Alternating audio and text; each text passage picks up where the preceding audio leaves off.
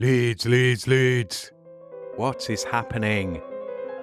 Welcome to Working Hours, an oral history podcast about a place called Leeds, a time called now, and an activity called work. Working Hours wants to record 1,000 loiners over the course of this, the most important decade in the history of the human species, and ask them about what they do all day and hear how they feel about it. My name is Simon, and this is all my fault. My mission here is to try to map out what my city, Leeds, a city that has declared a climate emergency, did during humanity's biggest emergency. On Working Hours, we hear how loiners have, are, and will be coping with our multiple and expanding crises during their day-to-day working hours. Can we turn things around? We'll find out. To tell this story, I need loiners like you, dear listener. I need people in Leeds or people from Leeds to come on this podcast and just tell me what they do all day and let me record how this affects us. Thank you for listening. What did you want to be when you grew up?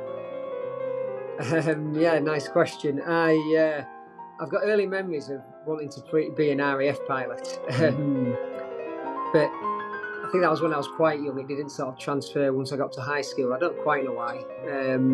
But yeah, I always, and even now when I see Top Gun or see the red arrows, I think pretty cool that. And then I was sport mad at school, so it was, I wonder if there's a chance I could, be a sportsman. But I was sort of average at a lot of sports and, never good enough to make it. But yeah, one of my nicknames at school was Sport Billy. So sport was a big part of growing up in university. Yeah, and then once it was at university, it was, I didn't have any set career path.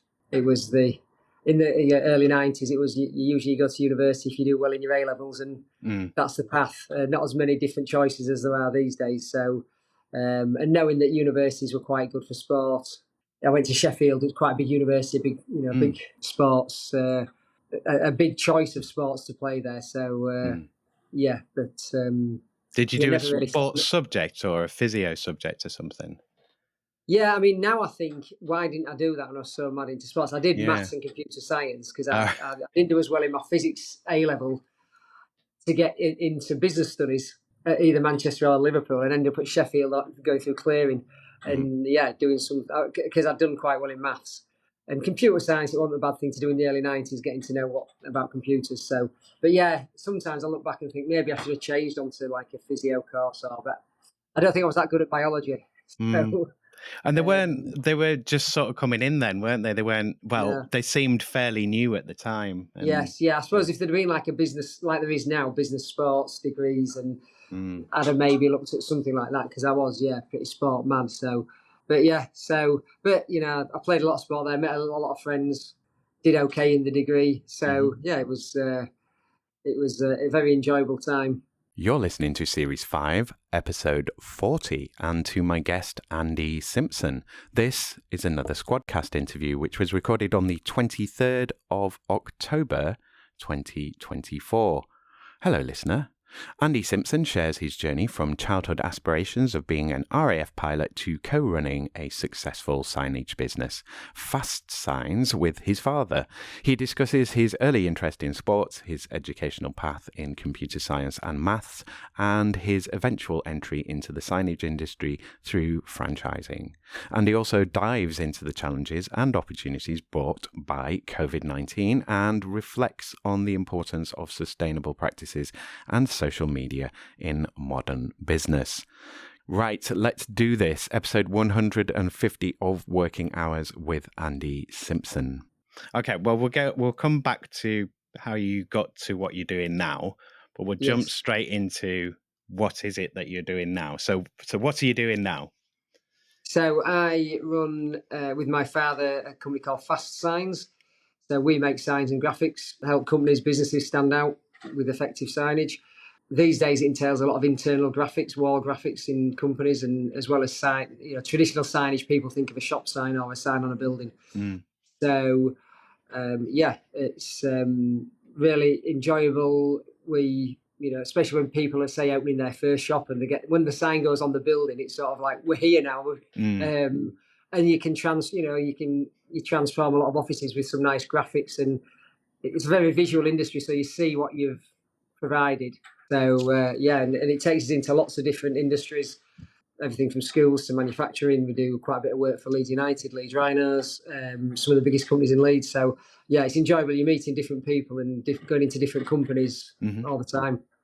Are you heading up sort of strategy and stuff? Are you going out and are you getting customers, managing customers? Are you managing more of the business? I suppose my main role is going out to see customers. I do quite a lot of networking in Leeds, have done for a number of years. So sort of being the face of the business, and then as a lot of small business owners are trying to do, still work on strategy and managing and working on the business, which is pushed a bit to the side when you're busy and you're working, with customers. That's the part I enjoy, going out. I'm very much a people person, so I do like making relationships with people, getting to know people's businesses. And some of our customers we've had for 20 years, so you do get to know them well. They constantly buy signs. I think one of the other questions about what would I change, one of the changes is, still really we've got 13 staff now, so really trying to work more on the business, and we have other people who do the same as me, go out to see customers. But so that's the main role, I suppose, is like the main salesperson, marketing, and visiting sites. A lot of signage inquiries involve a visit to site to measure up and do a survey and discuss materials. So it's only if it's repeat orders that you can pretty much do over the phone a lot of the time. So once someone's had their sign and they know what they're getting, they know what they want next time. And the hard bit is that getting what the customer wants and going, well, this is anything is kind of possible, but this is what's realistically possible, and this is what you want, and trying to match that up. Yeah, so there's a lot of different materials, and that suit different budgets, last different amounts of time. So there's a lot to explain to customers, and most people don't know all the different sign materials, because you don't buy signs every day of the week if you. It's one of those. The wonderful thing about one of those businesses where someone rings up and goes, I want a sign, and you're like, okay, and they're like, how much is it, and when do I get it? It's like, what kind of sign, how much, how big is it, how many things do you want on it, what does it need to do? Like, oh, it's a really long conversation and that surprises people. How long does it want to last? Does it face north or south? So many questions, and people are like, that's a lot of questions. But it is one of those industries not a lot of people know what we need to know to suggest the right products and what'll suit their budget and last the amount of time. They might only need it to last 2 months, they might need it to last 10 years. So a lot of questions involved when they first ring up. So is that all office based? Like, is the machinery, is the printing and so on, is that in-house? Is that at another site, or do you contract that out? So that's all on site? A lot of it's here. I mean, the sign industry is made up. We make a lot of things in-house, and we also will buy in some products. So more a big illuminated sign, and on the side of a warehouse. We don't make that in here. That's supplied by trade. The sign industry is made up of a lot of trade suppliers, because you can't have every piece of kit you need to make every type of sign. So the actual graphics, the graphics that go on the sign or a vehicle, a lot of signs that are just made out of perspex or plastics or card, banners we make here. So what you see from the front is this sort of showroom and the offices, and then behind that we've got a warehouse with a couple of big printing machines and some other offices. So there's about 8,000 square feet here altogether. So we make a lot of things in-house, but we have to subcontract some of the stuff, like most sign companies do. And I guess, so does everything kind of have to be made bespoke, or are there kind of standard things that you can do that sort of take over, or is it all just there needs to be a contract? Most stuff is bespoke. We don't. I mean, health and safety signs, are standard, but there's so many different types. We don't print them and keep them on the shelf, because a fire exit sign has got 7 different versions depending which way the arrow's pointing or what size it is. So and we don't have the big national customers, like, say, we don't do signs for Asda's supermarkets, because there's certain sign companies that do that national type of work. If you did that, you might print in large batches. Most of the stuff you see if you came in today and saw what we're making, most of it's bespoke. Some of it's repeat for customers. Like we do a lot for Arla Dairy, and a lot of their signs are very similar and all the same.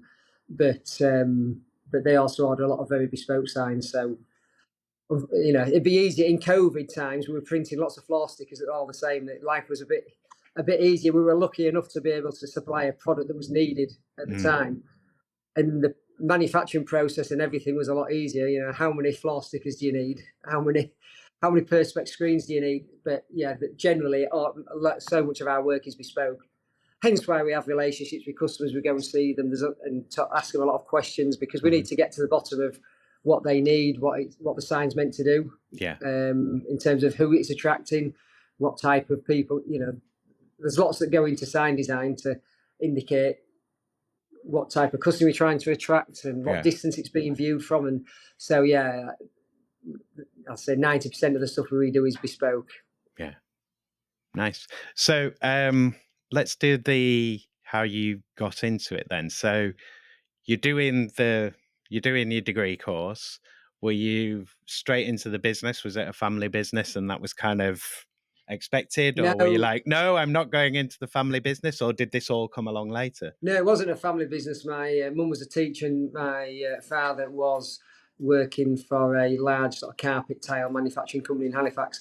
I went and worked for a local engineering company I live in Garforth, so near there, and they were just setting up their first computer system. So, I had Windows 95, and this was like 1992, 93.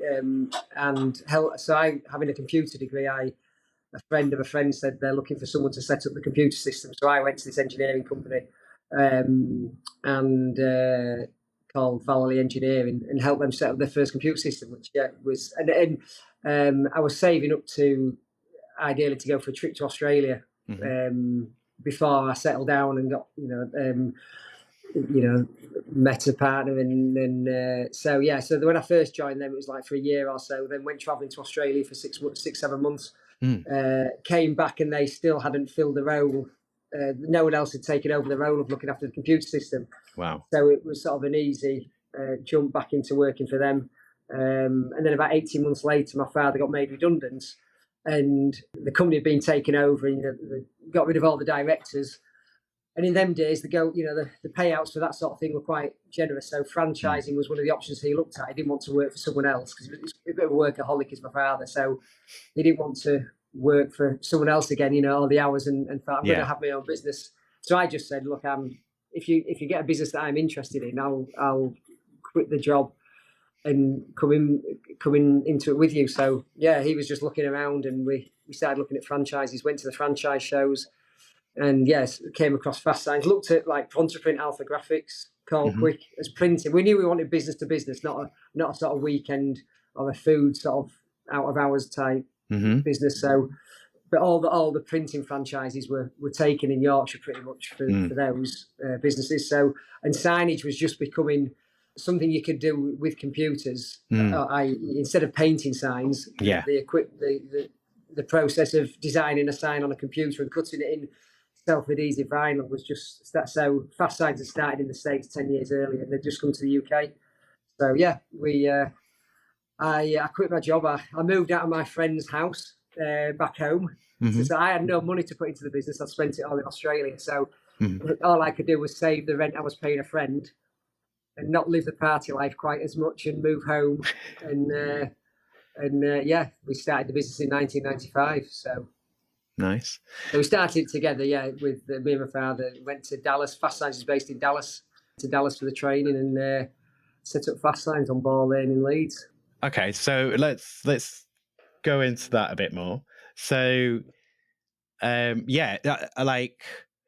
you know, was franchising always the route? You didn't think of particularly buying a business or setting anything up. You were like, we want to get something that's sort of there.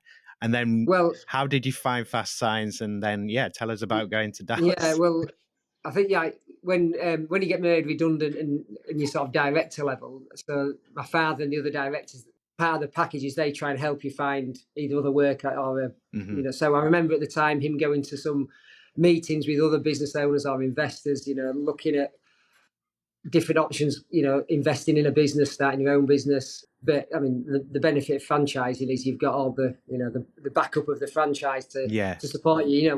You go to the franchise show, you even sort of look at the, McDonald's or Burger King, because they're, you'd be earning money from day one with them, but you need £250,000 if you're going to start, looking at one of those franchises. So, and yeah, I think it was because it was like we were both from a computer background. My father, even though he was a sort of director at the time, he'd come up he originally worked for NCR in Leeds back in the day. So he'd always been in computer since the early 70s. Mm-hmm. I was in computer. So, and there was quite a lot of computer with signage, doing this quick signage. You had to know about computers. You had to be able to design the signs. Mm-hmm. So, and we knew we wanted business to business. So yeah, I think he said, let's go to the franchise show and see what's available. And, there's everything from, cutting lawns and decorating and, the food chain, Subway, Pronto-Print, Carquit. So you narrow it down to the type of business you want. And they were quite successful in the US at the time with Fast Sign. So you could see,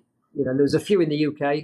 Mm-hmm. So yeah, just, and it's like even now our customers, people buy from people, don't they? We had a couple of options of buying the franchise, and it was the main difference. The people who at the time in the UK who were selling the Fast Signs franchises, we just liked them, trusted them, and so went with them.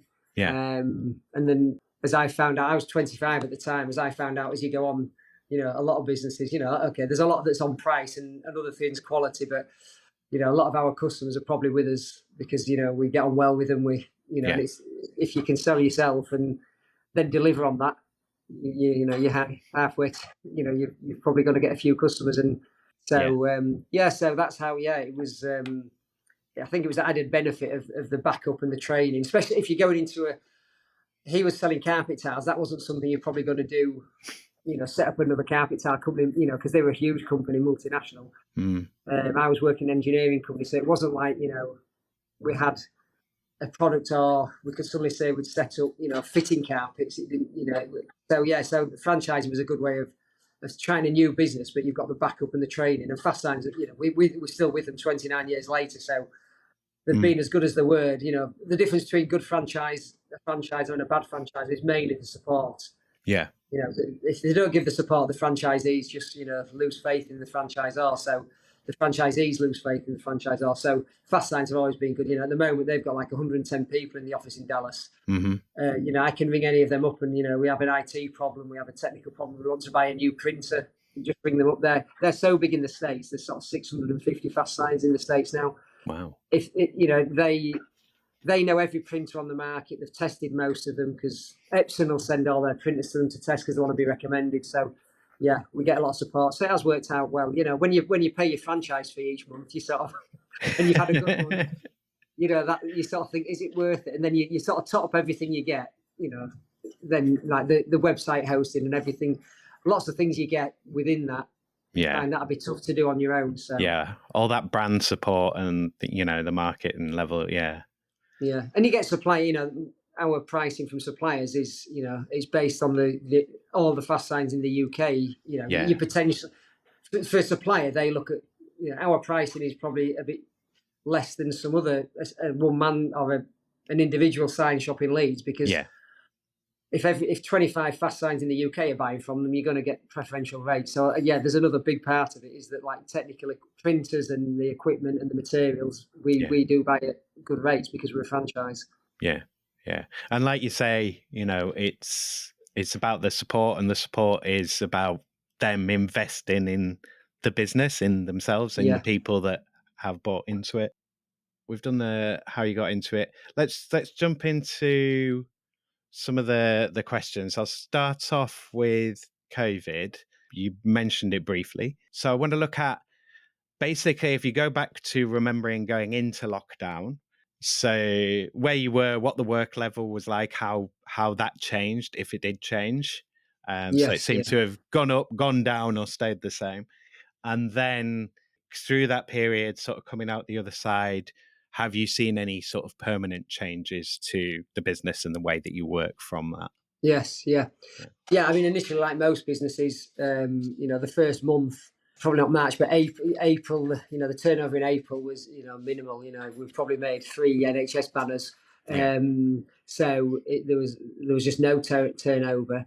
And this probably, the benefit of a franchise is probably seen most when there's sort of a crisis or some things happen, because what Fast Signs did pretty quickly was we'd have weekly meetings just saying what's going on. So the head office, there's an office in the UK, head office in Dallas, but similar in the US. They're trying to work out, what can we do, helping us advice about furlough and staff, and then it quickly became apparent that signage was needed if places were going to remain open, and obviously, floor stickers, outside supermarkets, shops.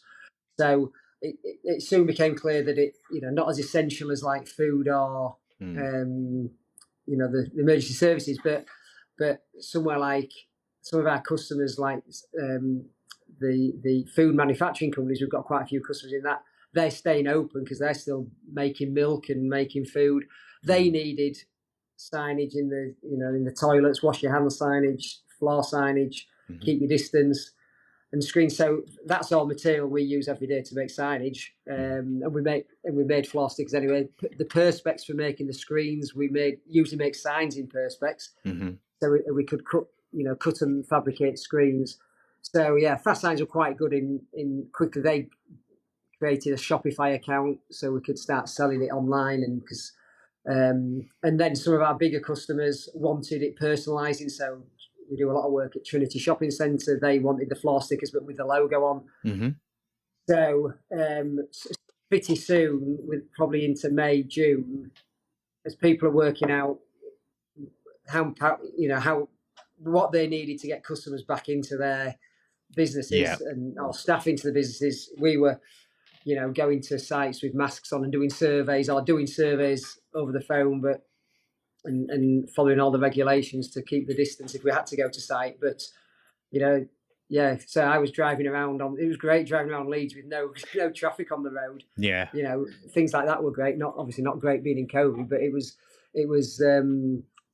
strange. And then we just had to, half the staff were in, half were on furlough because we didn't need the full, even that year turnover was probably in the end about 70% of the year before, which was pretty good compared to a lot of the hospitality industry and things. And the profit was pretty good because we were making very similar stuff. A lot of the time, all our bespoke projects take a lot of time and a lot of man hours. But if someone rang up and said, "I want 50 floor stickers," even if they wanted a slightly different design or a different colour, it was just, it was fairly simple to make them. So we were quite lucky in that, we had a product that people needed. So we were sort of not an essential service, but people could work. We were allowed to open up and get people into work as long as we were, a couple of people who were like at risk didn't come to work, and the other people who did, we kept our distance. So, but the machines are quite big, so you don't have 3 people on one machine. Someone could be downstairs on one machine, someone's upstairs in another office on another machine. So that just carried on probably for a year or so. And like I say, 2 or 3 shopping centres in Leeds and Bradford were big customers, and they had to order an awful lot of floor graphics and wash your hand signage and stuff like that. So that helped us, keep the majority of our staff. I think one member of staff left after about a year, but for the most part, we managed with furlough and juggling things around, keep all the staff on, and then things gradually, we're still doing, obviously for a couple of years we were still doing COVID signage, but eventually the normal sort of signage started coming back as people started going back to work. There was a little bit of what we saw, that people being made redundant were maybe going into business themselves. So quite a lot of inquiries for people, suddenly that I'm going to open my hairdressers that I haven't always thought about doing on my own, or so there's quite a lot of newer businesses opening up as people thought, I've been made redundant, I'm going to set up on my own. So and most new businesses need a sign, especially if they've got a shop or a small warehouse unit. Eventually, there was quite a lot of new business with people who's setting up on their own. Cool. Sort of coming out the other side of that, has it kind of changed anything to you? I would imagine the hardest thing coming out was that whole period of that period of like, are we out of this yet? And sort of, Yes, should yeah, we go back to like, when do we go back to normal? Are we at normal? Because there was also, it's not just, it's like the level of business as well, isn't it? It's like, well, do we need, is there going to be as much business as before the pandemic or more, or like, how many people do we need? And we don't know. Like, that whole yeah, period was very odd. yeah, yeah. No, it was tricky. I mean, gradually our the year after our turnover got back up to the level. So 2021 was probably back to sort of 2019 levels. Mm, So the staff situation stayed pretty much the same. You know, just I mean, furlough was a big help for a lot of businesses, wasn't it? Because without furlough, you know, you wouldn't have been able to afford to keep the people on. And we were doing like 1 week on, 1 week off for a lot of people, which the people quite liked, the staff liked. So, and then gradually, yeah, a few. I think the turnover came back up because some projects, say at the university, if they had a project to refurbish a mm, building, it was put on hold, and then soon into 2021, that project came back online, which needed signage. So there was a few things there where people had not done anything for a year and yeah, suddenly needed it, and signage was one of those things. And there was still quite a long time of people needed signage for just for staying safe and to warn people to wash their hands and all that type of thing. So there was still quite a bit of that being, people. I mean, some places still had screens up, didn't they, for 2 or 3 yeah, years yeah, if they had staff dealing with a counter. And so it seemed to sort of get back up to. I mean, yeah, the trickiest thing is like you say, are we in or are we out of it? And working out, yeah, do staff come back full time? I mean, we're quite lucky that the sort of sales and staff could work from home because you could, you could ask customers if they want a shop sign, they could send a photo of the shop and you could guess the size and do a quote. And, mm, if you want the business, go and measure it. But so we didn't do as many appointments to stay away. So we, a lot, but the guys making the signs couldn't work from home because they couldn't take the printers home. They had to come in and yeah, physically set the printers off running. So, I mean, for the first couple of months in COVID, I relearned how to use a printer and the cutters. So some days I was in here on my own just making signs because in them first couple of months. But yeah, it's the trickiest thing always was. We've got three staff who've been here 20 years and other staff who've been here 10 years. So we mm, don't really want to let anyone go. So it was that tricky trying to work out how we could make sure we try and keep everyone and everyone yeah. still has a job at the end of it, and luckily it worked out that way. And Yeah. And it's not just, keeping people paid through furlough, because people, like you say, people were starting businesses and stuff. People got bored, like yeah, not having work. It's like, yeah, I know people, some businesses really wanted to keep some of the people that they had furlough, and they couldn't, because it's just like, well, I'm not doing anything and I could do something over here. And yeah, yeah, yeah, yeah, yeah, yeah. So that's why we did like a week on, week off. And I mean, everyone, I'd like every March off every year. I'd refresh my batteries and yeah, you came back invigorated and did a bit of work on the business. But yeah, like you say, I think even some of our stuff, you come into work, and even if there's only 4 people here instead of 10, I can chat to somebody. yeah, yeah, yeah. It's a change So of scene, isn't it? It's like, yeah, yeah, yeah. So I mean, we were lucky that not only that the products we had products that people needed, but also that some of our bigger customers in food manufacturing, the universities, we have a lot of school customers. As they came back, they needed those products. So mm, you do have to look back and think we were very fortunate. You could easily have been, if you had a restaurant or a cafe, you were just, you were stuck for a long time, weren't you? So mm, yeah, I do look back and think we were fortunate that you mm. know that yeah, it could have been different if you're in an industry where we'd have been making hard decisions about having to let staff go, which we've never liked doing. So Mm. I mean, there's because all, like you say, there's always going to be businesses that need signs. Any business that's got a physical location should have a sign generally, so people can yes, find it and so on.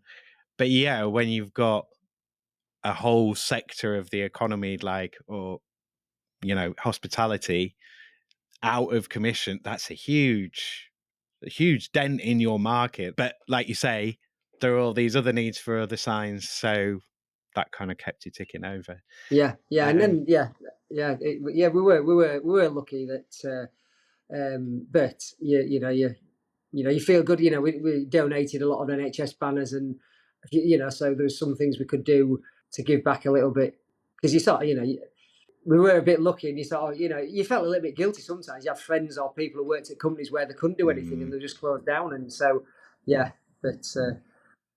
No, so it wasn't as bad as it could have been, but Yeah. it still wasn't. Still, you don't want to ever go back there, do you? Again, No. that's for sure. No. Okay, so yeah, I know some of these questions are like it's not the happiest content. So we're going to do Brexit next. Again, I want to look at the sort of the actual impact on your work of these sort of things. Did Brexit affect anything for you? Have you had any impacts from it, either good, bad, or has it not Yeah, really been not noticeable? really, because we don't export a lot to Europe. Most of our signage is done locally. Uh, we Now and again, someone will say, "I've got an event in Germany, and can you ship a banner over there?" I suppose a bit of the effect with Brexit was the cost of some things going up. That a lot of our materials, quite a few came from Europe. Some of the aluminiums and the plastics are made for our supply, so that could affect the supply. Affected our supplies, or the prices going up a little bit Yeah. because of that. But in general, I think that the companies, if you were shipping to Europe, that's where you're going to have a big issue, isn't it? And all the extra paperwork. So we haven't really noticed. Not most of our customers, like I say, are local. So luckily, it hasn't really affected us business wise. Yeah, I think if we'd have had some customers who had stores all over Europe and you were trying to supply to them, it'd affect you more. Yeah. But, Yeah. so luckily on that front, it didn't really affect us. So yeah, I mean, I suppose I'd have to look it up, but are fast signs in any European countries? Are they They have a master franchise offices in Spain and France, right? and which master franchise is like, the fast signs in Dallas sell master franchises to most countries. The UK isn't a master franchise anymore. We're sort of looked after by the office in Dallas. Yeah. But Australia, Puerto Rico, Brazil, they have master franchises. So they have got those in France and Spain, and they're just in the process of trying to get franchisees up in those countries. But most of the countries they initially went to, like Australia and England, are English speaking, so that's easier. Becomes a little bit more tricky when they go to other countries, because all your manuals and all your systems need obviously translating. So, but at the moment there are about 750 worldwide, but like 650 of those are in the US. So they are trying to to expand into other countries. Cool. Okay, so let's do climate change first, then we'll do social media, because I think we'll probably spend more time on social media. So Leeds has declared a climate emergency. Does it impact your work at all? Is there anything you can do? Is there anything that the overall business is doing in terms of adapting to climate change or Yeah, reducing impact, anything like that? yeah. I mean, probably the biggest. We've done various things like change all the lights to LEDs, and we're not a huge factory, but we've done small changes like that, and trying to recycle more than we did in the past. But signage industry, a lot of the products we use have not always been environmentally friendly. So PVCs and self-adhesive vinyls, don't really want to go to landfill and be burnt in incinerators. Yeah. So at the moment now we've replaced some products with card-based products or paper-based, which is fine indoors. The limit to you can't use a cardboard sign outside for particularly long. So, but there are now quite a few plastics. We've just got a new plastic we're trying that's PVC free, which means it's like a number 5, so it can go in your green bin.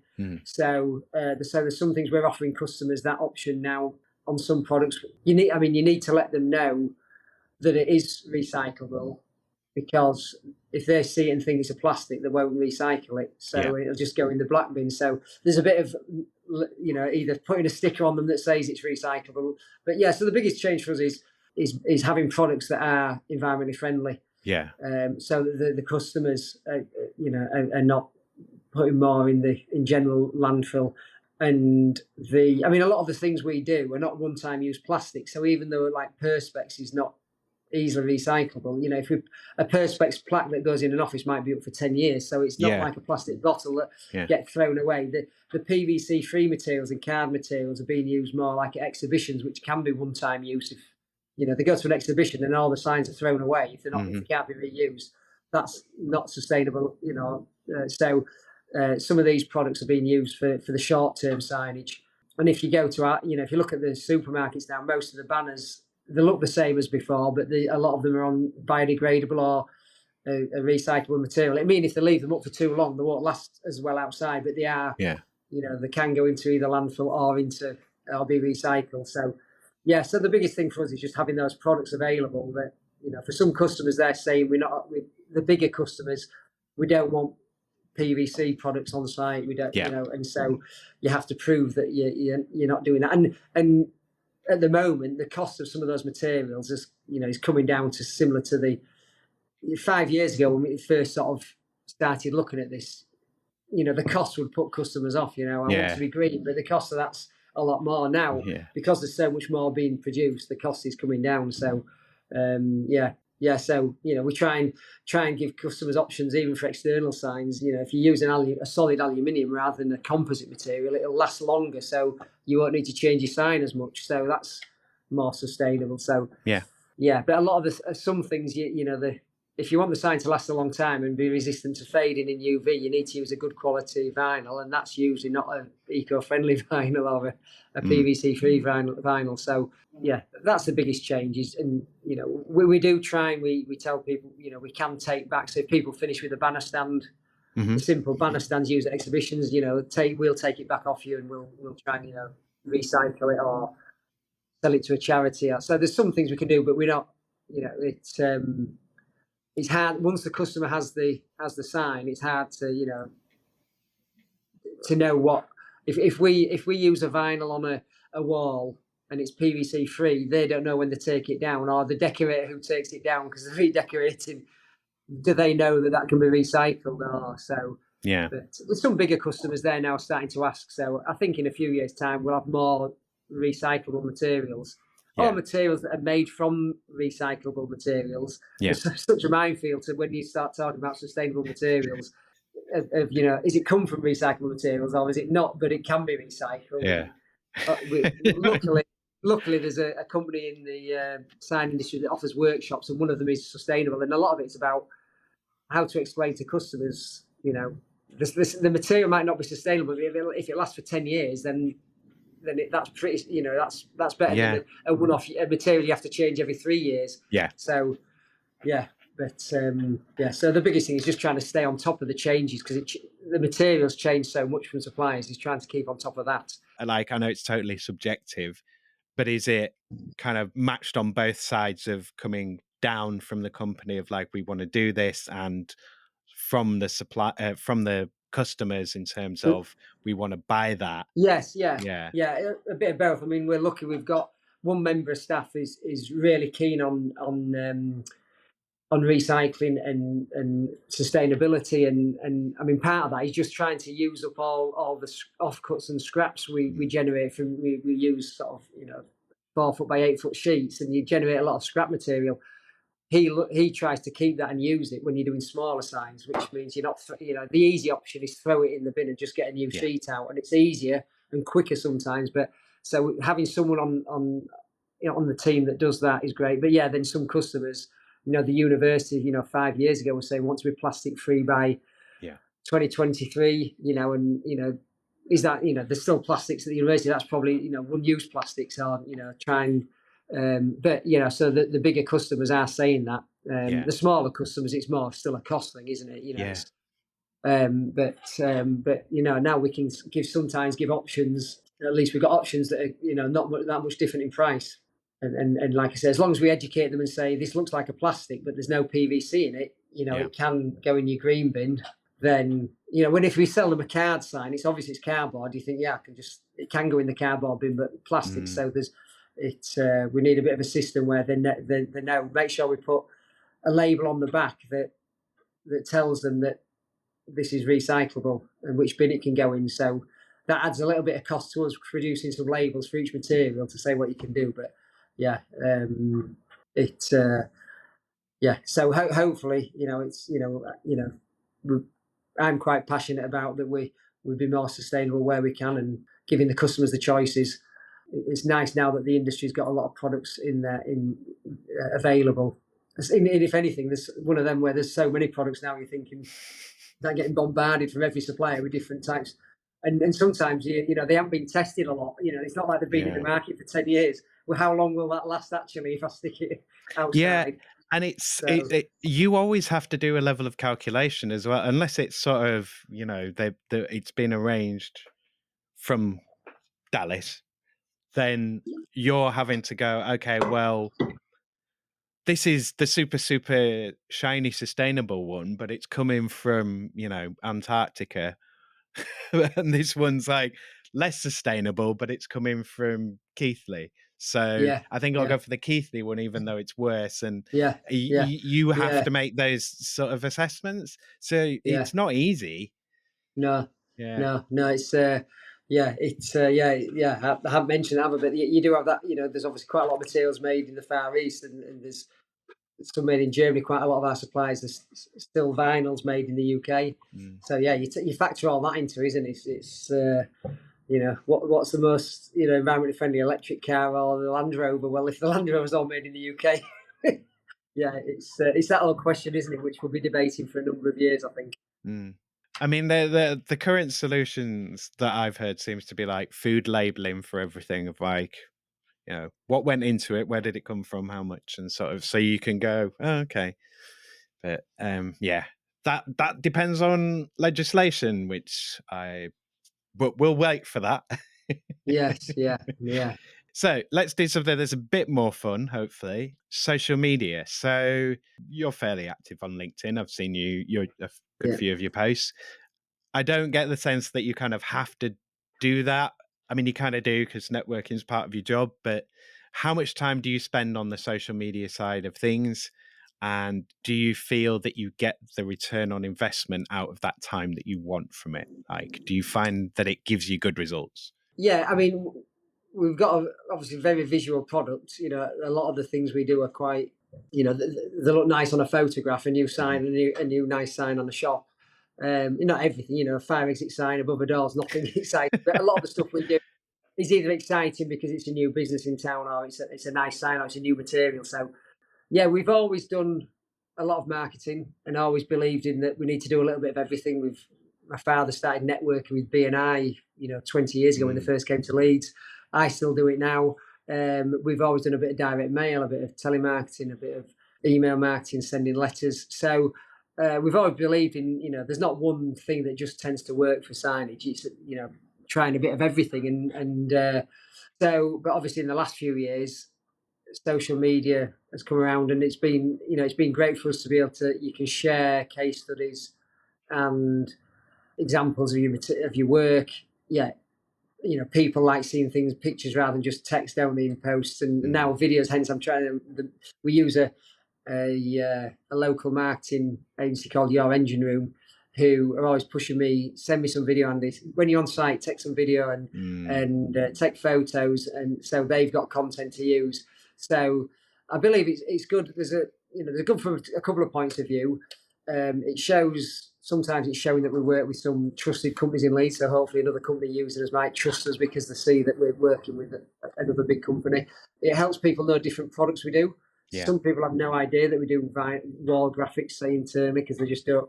So you show a project like that. Yeah. So that whole thing of your customers ringing up and saying, "Do you do banners?" and you've worked with them for 2 years and they don't know you do banners. You think it's obvious because you're a sign company, but they don't. Yeah. So social media is helping us to push, just examples of the work we do and people to get to know the different products we supply.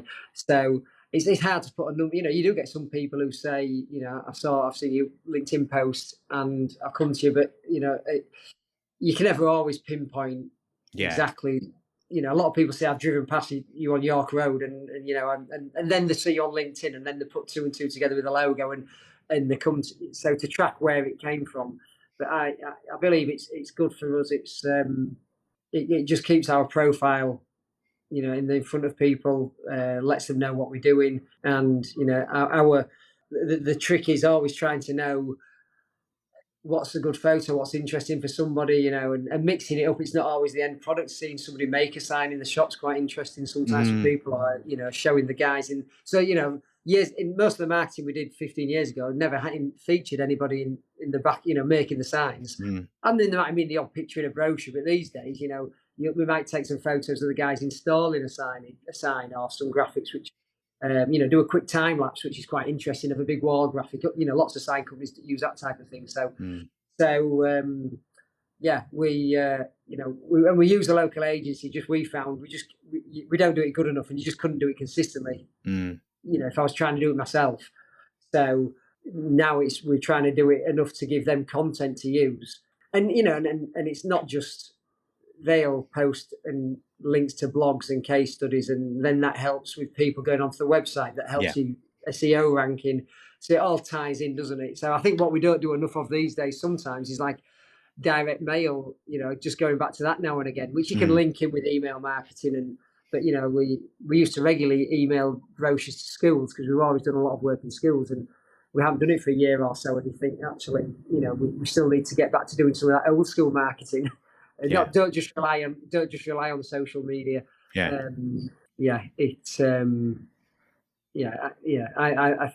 think if people see you active on LinkedIn, at least you hope people might give you a chance of quoting for the next sign project, and if they've seen a few things that you've done, it starts you off with a bit of trust, doesn't it, and a bit of I think they should be able to do that for me. And then the other factors after that, you have to then go and do a good job of selling the product and coming up with the right solution for them. But so it's been good for us. Yeah, and it's more interesting than seeing on a website, like all the brand badges, which is cool. Like you've got a business and it's like we've worked with all these prestige brands. It's like, oh, that's pretty impressive. But when you're actually there and you're kind of like, look, this is us in whatever prestige brand doing thing. You react to it more, it's more identifiable. It's like, oh yeah, there they are actually doing that. I can see that. Yeah. And it's not like I quite like doing it with smaller company, smaller brands, because you're helping them get a bit of notice as well. So it's they'll tag you and you tag them in, and you both gain a little bit, and each other's followers see it, and and if they're still there in 10 years, they'll need a new sign. Oh, yeah. I mean, it's in our interest if a company becomes successful. Say they're say in retail and they open a second shop and then a third shop, or a second office, a third office. Hopefully, they'll use you again. So it's if we help get their name out there, get them a few more customers, and then everybody wants all their customers to be successful because they'll hopefully stay a customer, won't they? Yeah. Does it fold in quite naturally to the business? Like, are the staff quite happy to all kind of be engaged and play along, or do you have to kind of cajole people a little bit of like, come on, now we've got to do this for the socials, come on, Yeah, some more than others. So, the majority of our staff are probably sort of like mid-40s, and so not quite as not that. I mean, I don't know if that's a bit of a generalisation, but some of them are a bit shyer when it comes to being on photos. I suppose they're not from the generation. They haven't had an iPhone in their hand since they were 12. So, but most are okay with us taking photos of us in the office making signs. Taking photos of birthdays and celebrating things like that in the office. So it's mainly me that they rely on to jump on camera and be try and do a bit of the on-site videos. Do you have a bit of the performer in you, or have you got like any interest in photography, or is it just like, this is just something I need to do for the job? Yeah, I've always liked a bit of photography. I mean, wouldn't say a show off, but I've always like, yeah, I've never really been into acting or anything like that. But yeah, I don't mind jumping on, Yeah. jumping on the camera and taking a bit of video. And it feels unnatural when I look back at it and think, yeah, you could get better at it. But I think sometimes the marketing company will say, people these days like that more than a really slick, Yeah. produced one. I mean, it's nice. We do get some professional videos and professional photos taken from time to time. For me, when you're the owner of the business, you just, whether you like it or not, you think I need to do, this is, the marketing company asked me to do it. I need to do it. It's, it's a benefit to the company. So, Yeah. but yeah, I've never really been afraid of jumping in front of the camera and just talking about the business. Yeah. Yeah. I can imagine being in a role like, and I'm quite, I'm like a theatre kid, but at the same time, I'd also be like, I'd kind of, oh yeah, sure, I can act and play out, but also, this isn't part of my job. It's that kind of like Yeah, weird tension with it. That's why it came up. It was so the questions for this kind of formed through the early discussions of the show, and these were kind of the areas that sort of came up over and over again, and yeah, it just sort of it came about that we were always talking about social media, and it seems like it's kind of expanded more and more into everyone's kind of role, no matter what you're doing. yeah. So I just think it's quite interesting And I how think, you don't want to spam. But I think things like LinkedIn now and being able to do, say they're paid advertising, you can target people who are, say, school business managers or a target market because they do buy signs. So you're not just spamming everybody. So you can be quite more direct now with some of your postings that they only seen by people. So rather than just, which makes it more worthwhile because you're putting stuff in front of people who probably need it. And with signage for us, it's always been about them knowing we're here, because I can't convince you to buy a sign tomorrow like I could if I was selling a hamburger or bacon yeah, butties in a cafe. I could convince you to buy one as you walk past. Signage is one of those things that you only need it when you need it. I mean, you might buy it regularly, you might not, but some people will drive past there for 3 years and then go, I need a sign. There's a place at bottom of York Road, I can't remember what they're called. You jump online and I'm sure it's that red and blue logo. Oh, that's fast signs. So, or they've seen us on a social post and they go, that's the place down there. Yeah, it looks like it's not a one man band. It looks like it's I can trust them. yeah. They've been there for a while. I've seen it a few times. Yeah, and then they suddenly need a sign, or the partner's opening a business and think, oh, go and ask fast signs. So for us, the marketing has always been just, we're here if you need a sign. Because in the past, not many. I mean, being American originally in the '90s, being from their marketing in America was way ahead of probably what a lot of sign companies are doing in the UK. Just because they were, obviously it's quite an American thing, and it let's market and do it professionally and get your name out there and be on the high street. That was part of the fast signs philosophy when they started in Houston or Austin, where they start somewhere. When they started, it was let's put it on the high street. There's no sign companies on the high street. Well, like Pronto Print or Corquick. Let's put it on the high street because no one knows where printers are.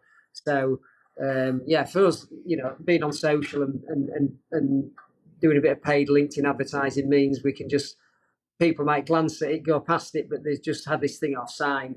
And then when they need a sign, hopefully they'll think of us. Who's that annoying sign guy who keeps jumping on a video and showing me an uninteresting sign on a warehouse? But yeah, so we've always had to think we have to do a lot of advertising in a lot of different areas, so that when people need a sign, they might remember one of those areas they've heard of fast signs.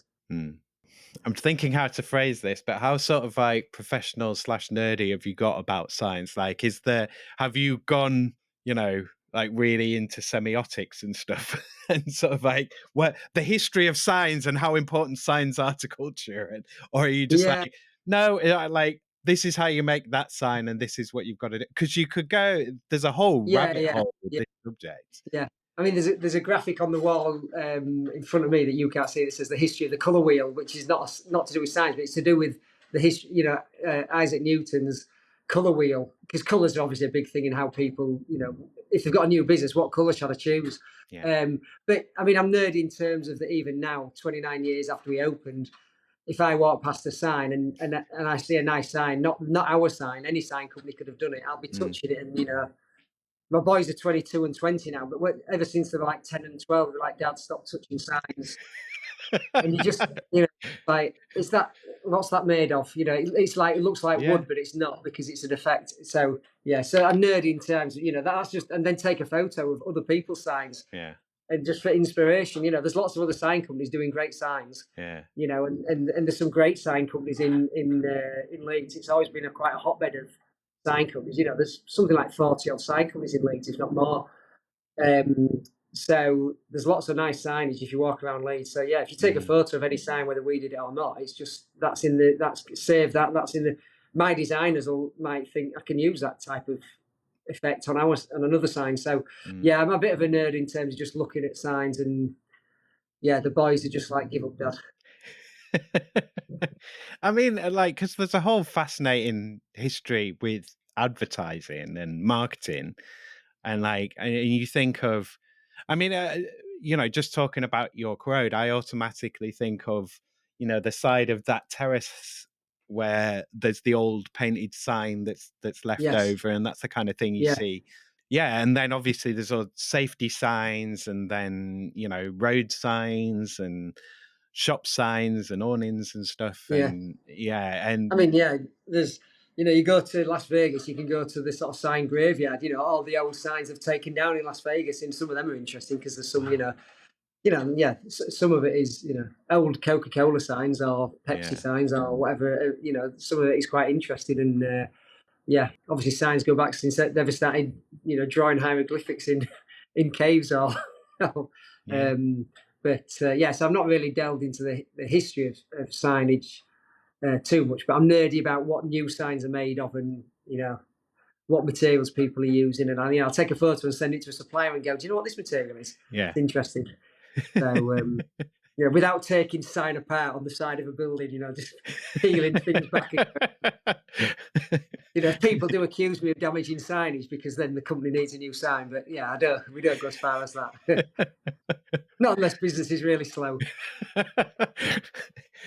Yeah, I mean, it's one of those things of like, I I I think there's a whole fascinating world of kind of the history of objects, and like, just how a thing came to be the thing and how we think of Yes, it yeah, as the thing and so on. yeah, It's yeah, I mean, and in there's a whole communications level in there, and how you are a communications company, and then as well, I was thinking of the printing and the printing technology, and obviously, Leeds was a fairly big printing city, and that's a whole industry that has gone through a complete change, like sort of yeah, disappeared and kind of is still there. And so, yeah, it's so those machines. So I was thinking about when you were talking about printing for machines, you can print specifically like a set number. It's not like the old print machines. We have to do 500,000 of these to make it economical yeah, for you. yeah. Yeah, most of the materials we print on rolls, and we can print this. Just today, we've done a sticker that's the size of a business card. Hmm. That's a chassis tag for a car company who need this chassis tag on the car. It's a one sticker that's like size of a business card. I mean, you could have 10 for the price of one, because there's a sort of minimum charge to set them, but he only needs one. Yeah. He'll probably get three. They've probably printed three on the roll or whatever. But yeah, we can print one, or we can print hundreds and more. So we have to be able to print one-offs, because a customer can order 10 signs, and every sign can have a different content. Mm. 10 door signs. Each door sign's going to have a different name on it or a different title. So it is. Yeah, you think back to how. I mean, well, you think back to people painting signs, or Mm. like you say, on them printing presses where it wasn't economical unless you were printing hundreds of them. We are quite lucky that we can do that. Mm. Okay, so I'm going to move into the last couple of questions.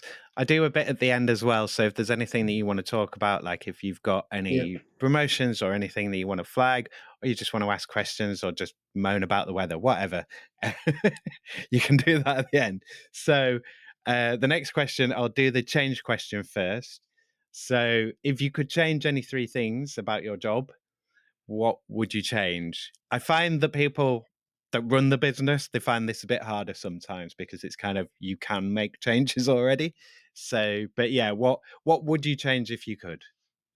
I suppose. Yeah, the first one is probably something we're trying to work on at the moment. Is just having a bit more time or diarised time when we're sort of working on the business, whether that's just having a sales meeting or reviewing the accounts, or it can happen a bit haphazardly in a small business. We have a work start meeting every day with all the production and design staff and sales staff, so everyone knows what we're making that day, what's coming up, and we've done that for 29 years, pretty much religiously every morning. Yeah, so time to work on the business is one thing, and I think even though we're part of a franchise, and most franchises have a system, like most McDonald's have a system for making everything, it doesn't vary. With something like signage, or even with probably Alpha Graphics, Fonts Print, depending on the owner, you don't go down exactly the same route.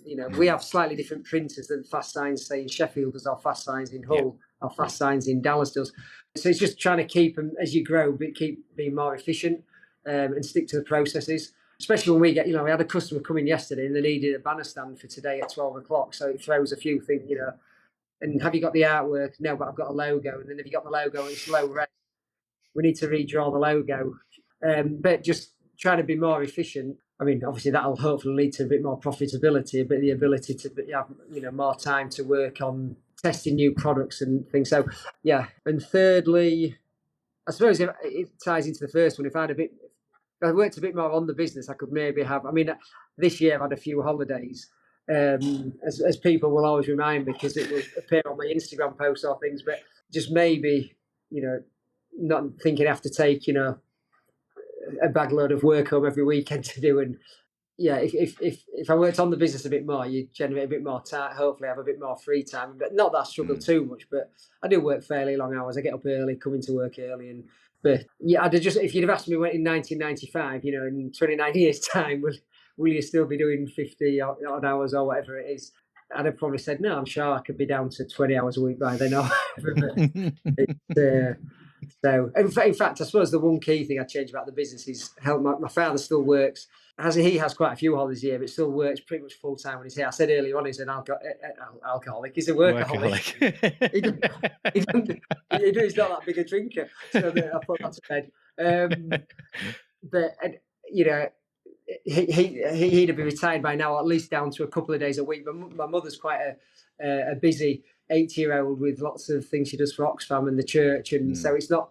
He works because it's a family business and he likes it, and he likes meeting customers. But one thing I'd change, it'd be great if he was only working 1 or 2 days a week and not having all the holidays, which we've been trying to do for 10 years. But some people can't retire, and and it's what's the retirement? What, go and it's like lockdown, isn't it? What, go and sit at home? Yes, yeah. I mean, you need things to do, don't you? So, but but it's like I said, I don't think he wants to. If he was only in a couple of days a week, or maybe working from home and helping with working on the business, but he's like me. He likes meeting the customers. He's still got customers we've dealt with for 29 years. It's there's a few things we've changed. We're not doing too bad, but every business you've got things you can change, haven't you? And always do things better. I mean, the thing is, it's. I don't think it's necessarily work ethic. I think it's like a work approach. And for some people, it is a matter of I mean, I imagine either you were similar when you first started in that first role in terms of the amount of hours you were doing and you kind of kept that, or that's something that you've grown into. But I think it's that sort of, that's how you work now. And if it's not doing you harm, then it's good for you. If it's actively doing you harm to be doing many hours in that way, then you need to, wind it back. But if it's not, then that I don't see the harm. Do you know what I mean? I don't see the harm. It's obviously what you need to do and the rate that you need to work at. That makes sense to me. Yeah. I have tried to tweak a few things. I used to sometimes work late when the kids were younger. They'd be in bed and then you'd start working and then go to bed at midnight and wake up at 6. Now I'm trying to sort of go to bed at 10, read a book and then get up at 5 but you've got, a decent sleeping and you're not going to sleep really tired, which you were, so, trying to do a quote at 11:30 and you're nodding, so I just shifted that and I feel better for that recently. Having tried to do that, because I don't mind getting up early. I do BNI networking at 6:45 every Friday, or 6:15 we get there. So I'm used to getting up early, and I prefer to do that than work in the evening.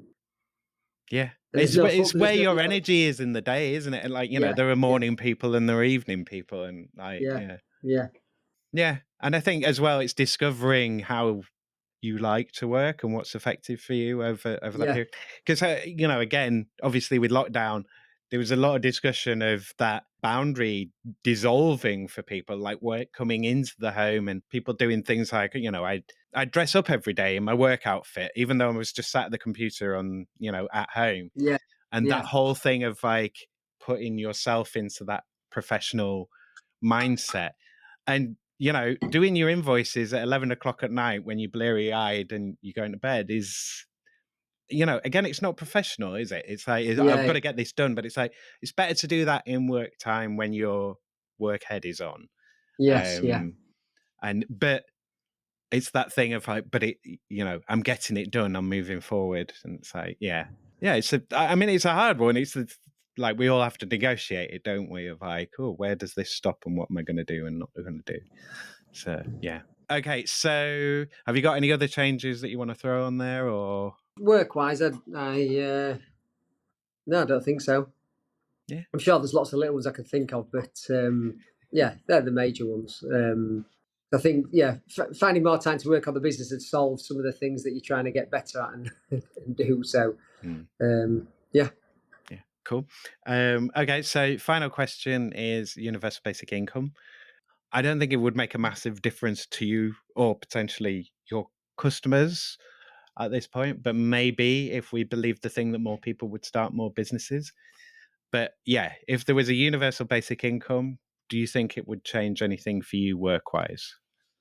Like you say, no, not dramatically. And I mean, obviously, the people who work here would be slightly better off. And, the pressures of we've tried to, give cost of living wage rises over the last few years when it's been tough. My father believes in that. And, yeah, from the other point of view, if more businesses are being set up, and then that's obviously beneficial to us and the whole local economy, and we'd benefit. We usually benefit from there being more businesses in Leeds and the surrounding areas. So, but yeah, not an immediate impact. I mean, it depends how they'd fund it. So at the moment, obviously, we're just gearing up for the budget, and what extra costs are we going to increase? So if there was one of those, and how would they fund it? Even things like increasing the employers' national insurance contributions is going to affect our profitability and what rate wage rises we can give, or profit bonuses we can give at the end of the year. So yeah, it might affect it that they'd have to fund it somewhere, wouldn't they? And do they fund it by affecting businesses rather? They're not going to fund it from taking things away from the NHS, which you don't want them to do. So that'd be just my worry at the moment. Is that, and sometimes, like with the upcoming budget, in an ideal world, I like to think that some of the measures they bring in, they might say, well, this is only for companies that are under 5, or it doesn't affect companies under 5 million turnover, or small to medium sized businesses, because there's so many of small businesses in the country, isn't there? And when you're a small business owner, you work hard, you put the hours in.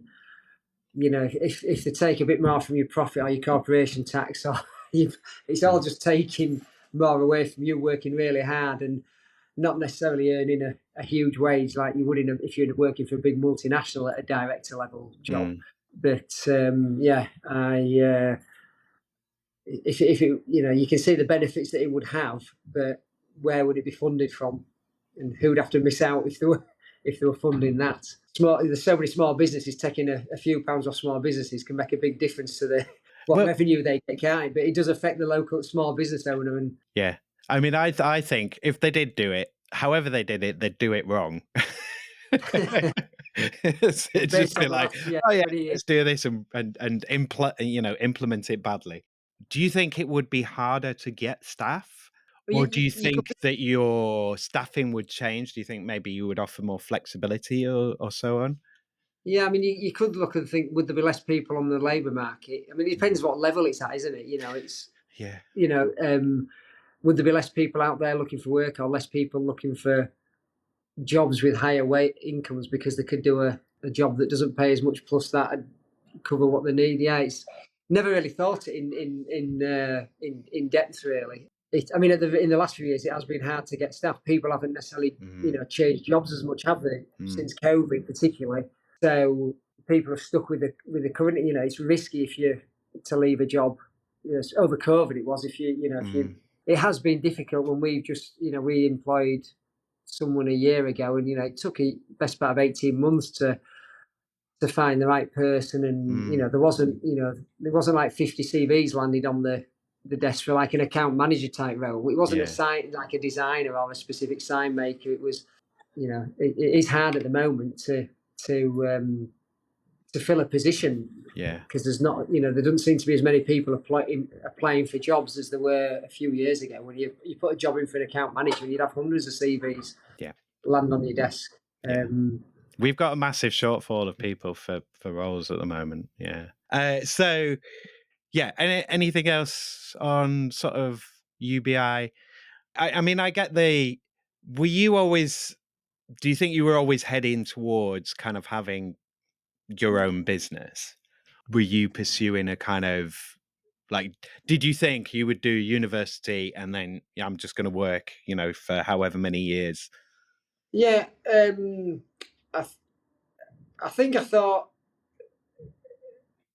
I always liked the idea of having your own business, more flexibility, and but there wasn't one sort of big idea when at that time that I thought I might be able to. I think it was go to university. That'll help you get a good job and maybe give you more options to get a bigger choice of jobs.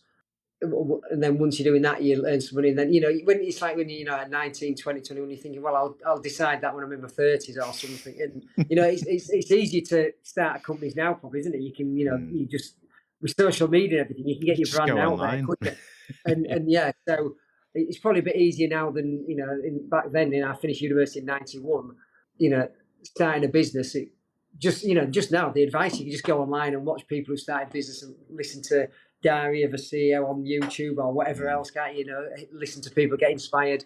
In them days, you'd have to read books, or it was a little bit more difficult to think of how to start your business. So I didn't have any master plan. I was always just a bit go with the flow. I'm going to university. Then I want to go traveling to Australia before I settle down and get a job and a partner. And so and then suddenly at 25, I'd just been back from Australia, 18 months working for this company, and that was going well.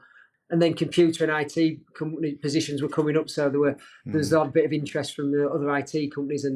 But then this came up, and it was just like, I better take this chance to, I don't know when I'll have the cash to start my own business or have the idea. So I was looking longer term, thinking, well, at some point my father will retire. He's 47, so it's a good chance of getting involved in your own business.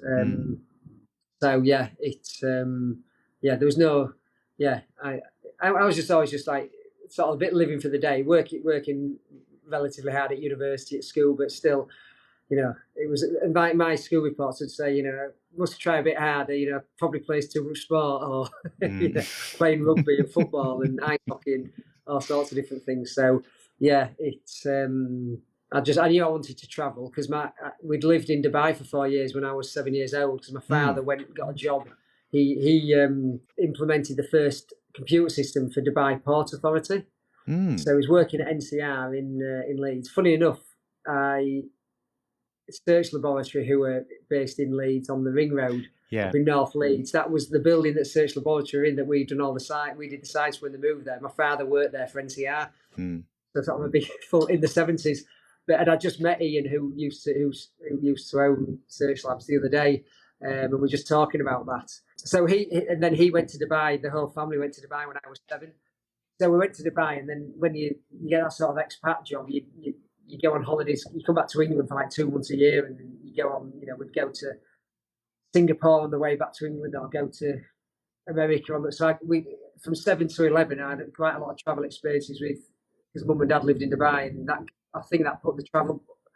We never went to Australia, so I think I just had this bit of a bug that I need to do a bit of travelling. Because I'd had friends from all over the world in Dubai, which was great. Great as a 7-year-old living over there, meeting people from all different walks of life. That was when Dubai had one skyscraper. One skyscraper was probably 30 floors tall. I mean, it was unrecognisable like yeah, 20 years ago, wasn't yeah. it? Great looking back at pictures now. It was just that was a great experience. So that put the travel book. So for me, it was university. Then I now want to travel. So how do I earn some money to travel without looking too far further down the line? Um, so So was there no working visa? Did you do the working visa for us, or did just yes, yeah? to Australia. Yeah, Yeah. yeah. So I went out there, worked, did a bit of painting and decorating for a landlord. I was living in a block of flats, and yeah. And then just moved around. Some friends came out who I went to university with. I'm still friends with now, and we travelled around Australia with a Greyhound bus. Nice.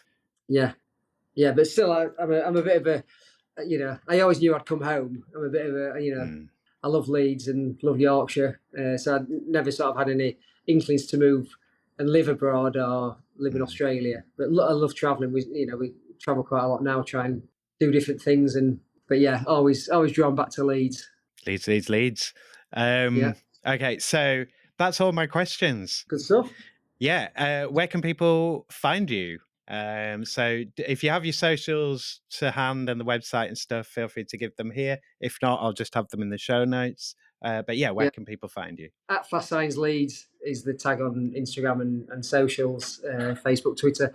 Fastsigns.co.uk/Leeds is our website. Andy Simpson on LinkedIn, fairly obvious, which is my post with all the signposts. And yeah, we're just on York Road on the edge of the city centre.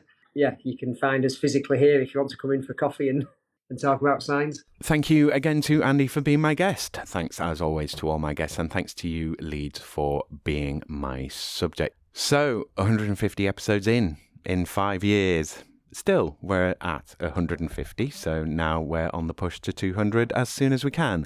There's more to come from Series 5, and I've got a few interviews in the can already for this year. I always need listeners, guests, and donations, so if you can help in any of those areas, please do. Working Hours is produced, recorded, edited, and published by Simon Treen for Western Studios, Leeds Limited. The music was The Bees from Chopin's Etudes, which is in the public domain and was taken from museopen.org. Go to western-studios.com and use the contact page on the site to drop me a message about either Working Hours or about your own Leeds podcast project. Keep up to date with Working Hours and find out about the other great Leeds podcasts that Western Studios is involved with by following Western Studios Leeds on Facebook at facebook.com/western_studios_Leeds and on LinkedIn, linkedin.com/company/western-studios. Western Studios Leeds is available to loiners to help them realise their own podcast projects for only £30 for an hour of audio podcast work or £40 for an hour of video podcast work. Email makemypodcast@western-studios.com with details of your project and what support you want to get your Leeds podcast made. Whatever your podcast question or need, get in touch with Western Studios Leeds.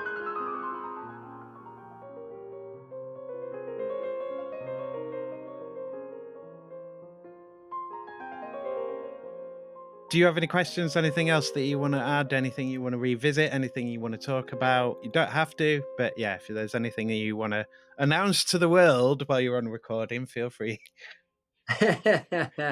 No, I think we've covered quite a lot there, haven't we? And good to come on here, and it's good. I like podcasts with local people, and it's interesting to hear their stories. Isn't it? I listen to the business podcast, Phil Fraser's podcast, with some really good stories of successful businesses in Leeds. So it's it's good. Anyone interesting coming up on yours in the next few weeks?